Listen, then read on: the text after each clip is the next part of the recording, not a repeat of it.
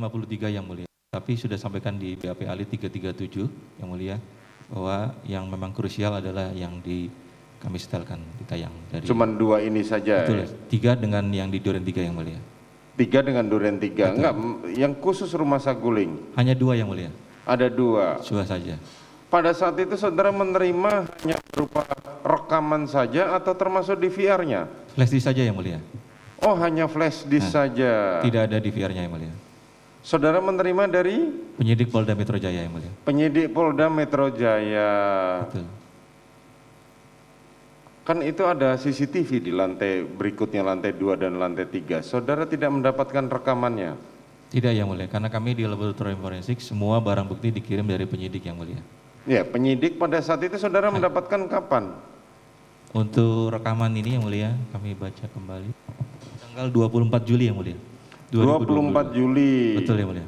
Ya, 24 Juli, karena tanggal 18 Juli semua berkas sudah dikirim dari penyidik Polres Metro Jakarta Selatan ke Polda Metro. Betul. Dan selanjutnya dibawa ke Barreskrim.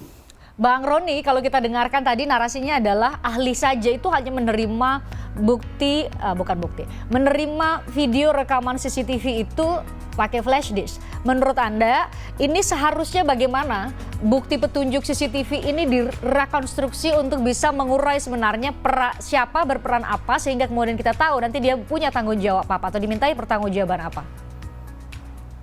Ya Mbak Pristian, kalau kemarin Majelis Hakim sampaikan bahwa ini CCTV yang tercecer. Dan ini menjelaskan bahwa TKP-nya sudah rusak, barang buktinya yang diserahkan juga pun tidak lengkap, di mana CCTV tersebut hanya dipilih-pilih saja, yang menjelaskan terkait lantai 1.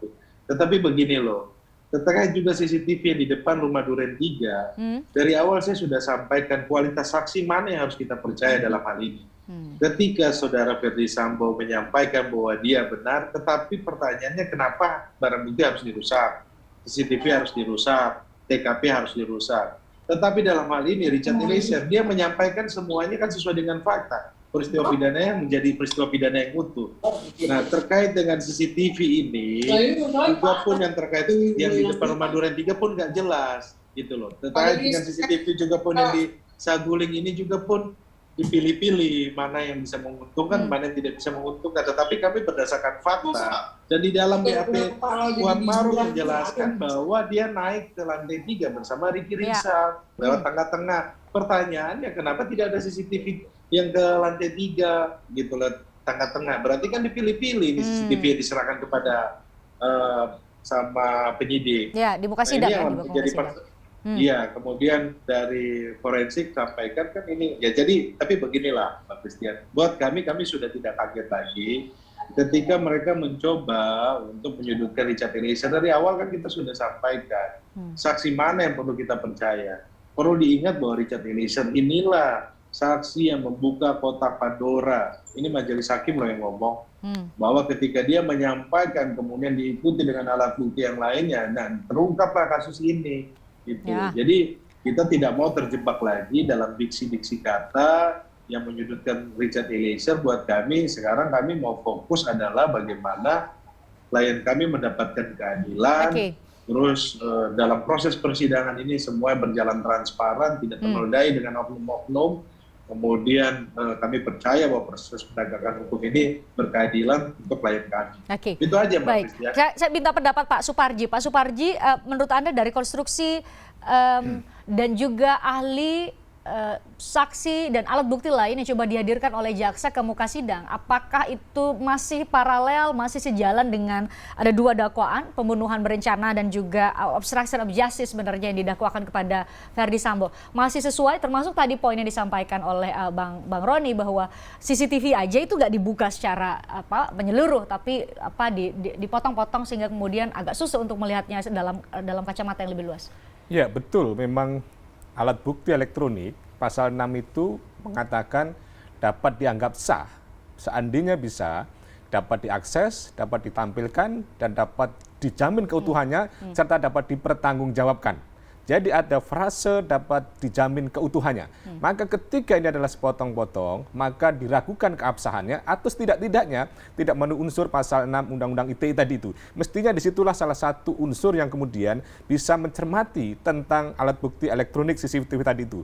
Kemudian yang kedua, kalau kita cermati apa yang dilakukan oleh jaksa penuntut umum masih fokus pada 340 ya, bagaimana pembunuhan berencana. Dalam arti bahwa kalau kita bicara tentang unsurnya, tentang barang siapanya sudah terpenuhi unsurnya kan. Kemudian unsur yang masih menjadi misteri adalah merencanakan tadi itu. Karena akibatnya sudah terjadi bahwa Joshua sudah almarhum. Tinggal unsur merencanakan tadi itu. Unsur merencanakan saya kira kan berdasarkan keterangan Eliezer, berdasarkan petunjuk-petunjuk, berdasarkan misalnya alibi-alibi yang tidak rasional. Saya kira sebuah alibi, sebuah pembelaan yang tidak rasional itu bisa bermakna kontradiksi. Yang itu menjadi petunjuk, menjadi bukti untuk bagaimana menguatkan perencanaan tadi itu. Gitu. Oke. Ini dari perspektif Anda. Kalau dari pandangan Bang Nelson, gimana Bang?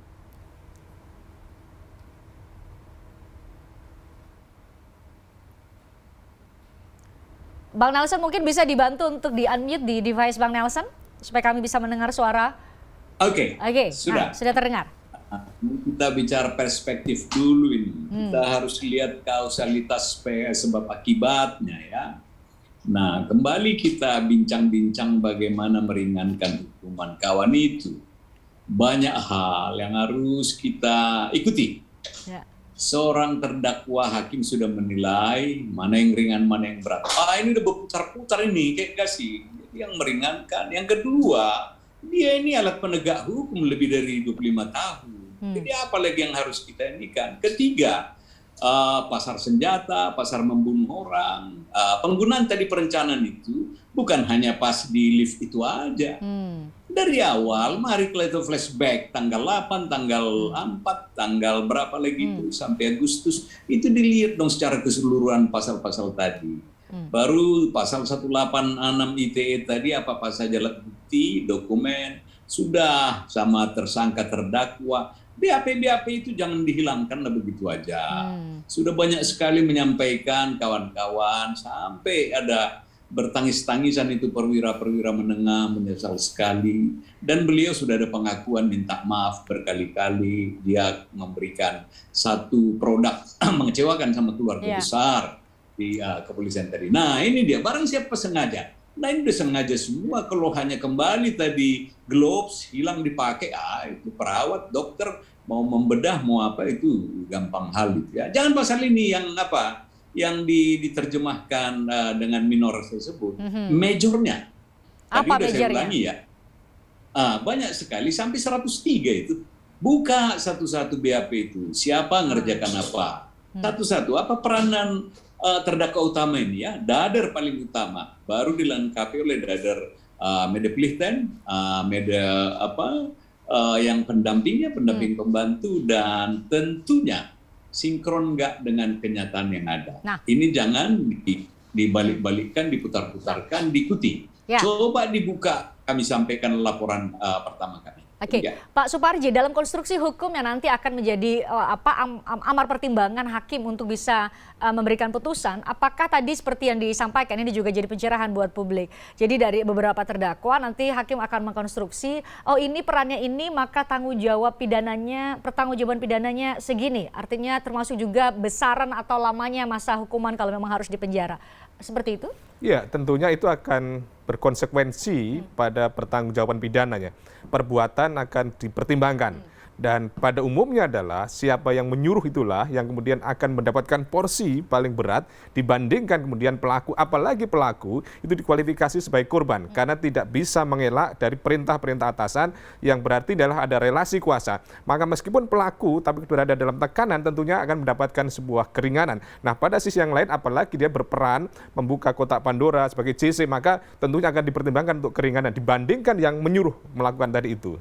Jadi ada degree atau ada derajat ada kesalahan derajatnya, ya. Sehingga kemudian berpengaruh pada hukuman tadi. Iya. Nah ini yang Anda baca menjadi saya sekali lagi bagi Anda yang baru bergabung, kami coba untuk menghubungi dan meminta kesediaan untuk pengacara Verdi Sambo bergabung malam ini, tapi hingga saat ini belum juga kami bisa mendapat jawaban iya untuk bisa bergabung.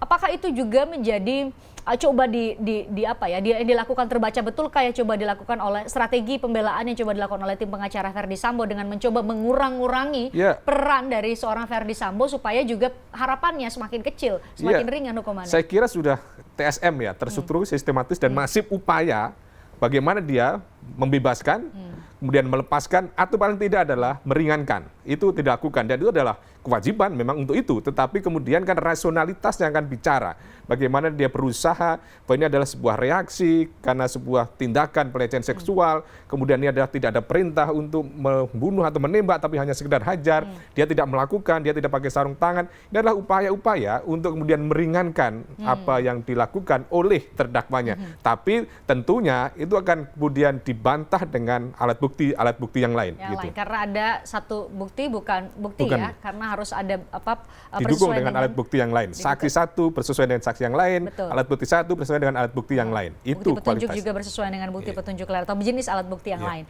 Usai jeda saya akan tanyakan apa yang terjadi hari ini di persidangan. Ada ahli psikologi yang dihadirkan untuk bisa memberikan bacaan atau analisis mengenai kondisi psikologis dari masing-masing terdakwa. Itu sebenarnya apa poinnya? Seberapa berpengaruh untuk kemudian menggambarkan peran masing-masing? Mungkin Pak Suparji, Bang Roni dan Bang Nelson bisa memberikan perspektifnya usai jeda di obrolan malam. Tertarik dengan diskusi saya dengan para narasumber? Saksikan obrolan malam dengan topik-topik menarik lainnya. Jangan lupa subscribe ya channel YouTube Berita 1. Like, komen, dan share video ini ya. Terima kasih.